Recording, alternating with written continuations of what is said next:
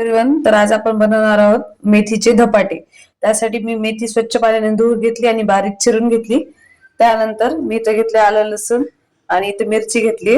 तर आता आपण हे आलं लसूण आणि मिरचीची पेस्ट करून घेऊया. आणि त्यानंतर मी इथे घेतले बेसन पीठ, थोडस बाजरीचं पीठ आणि गव्हाचं पीठ. नंतर मिक्सरच्या भांड्यामध्ये 2 ते 4 मिरच्या घ्यायच्या, तुमच्या चवीनुसार तुम्हाला जसं हवंय तसं, आणि आलं लसूण घ्यायचं. हे आपण मिक्सर मध्ये टाकू. त्यानंतर मी त्यामध्ये थोडेसे 1 चमचा धने टाकते, ज्याने की छान सेंट येतो, आणि थोडेसे जिरे. हे आपण मिक्सर करून घेऊ. नंतर मी इथे घेतले गव्हाचं पीठ. त्यामध्ये त्याचा अर्ध किंवा थोडस कमी अर्ध्याला बाजरीचं पीठ टाकायचं.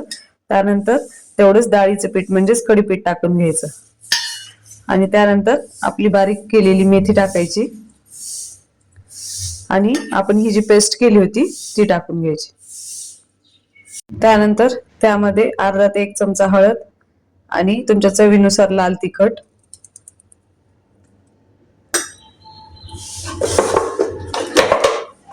आणि त्यामध्ये चवीनुसार मीठ टाकायचं. त्यानंतर थोडासा रस केलेला ओवा आणि तीळ हे पण टाकून घ्यायचं. आणि त्यानंतर त्यामध्ये थोडस तेल, 1 पळी टाकू शकता किंवा 1 चमचा. आणि आता हे सगळं आपण आता मिक्स करून घट्ट मळून घेऊया. त्याचा एक गोळा करून घेऊया पाण्याने. अशा प्रकारे एक कणिक उंडा मळून घ्यायचा आणि तो 15 ते 20 मिनिटं असंच ठेवायचा. त्यानंतर आपण एक धपाटे थापून घेऊया. अशा प्रकारे एक कॉटनचं कापड घ्यायचं आणि आपण जे उंडा बनवला त्याचं गोल करून घ्यायचं आणि पाण्याच्या साह्याने असं पाण्यामध्ये हात बुडवून हे थोडं थोडं असं आपण थापून घेऊया. चला तर मग मी आता हे पूर्ण थापून घेते. अशा प्रकारे मी असं गोल थापून घेतले. त्यानंतर असे होल करून घ्यायचं, कारण की फास्ट शेकलं जातं हे, त्याच्यासाठी असे होल्स करतात.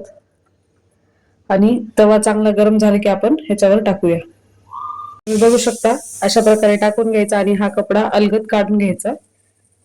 आता ह्याला छान शेकून घेऊया. थोडस तेल टाकून घ्यायचं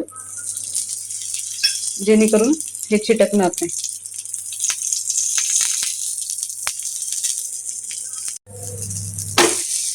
अशा प्रकारे परतवून घ्यायचं आणि छान ह्याला दोन्ही साईडनं भाजून घ्यायचं.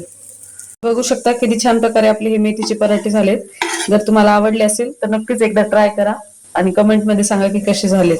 थँक्यू.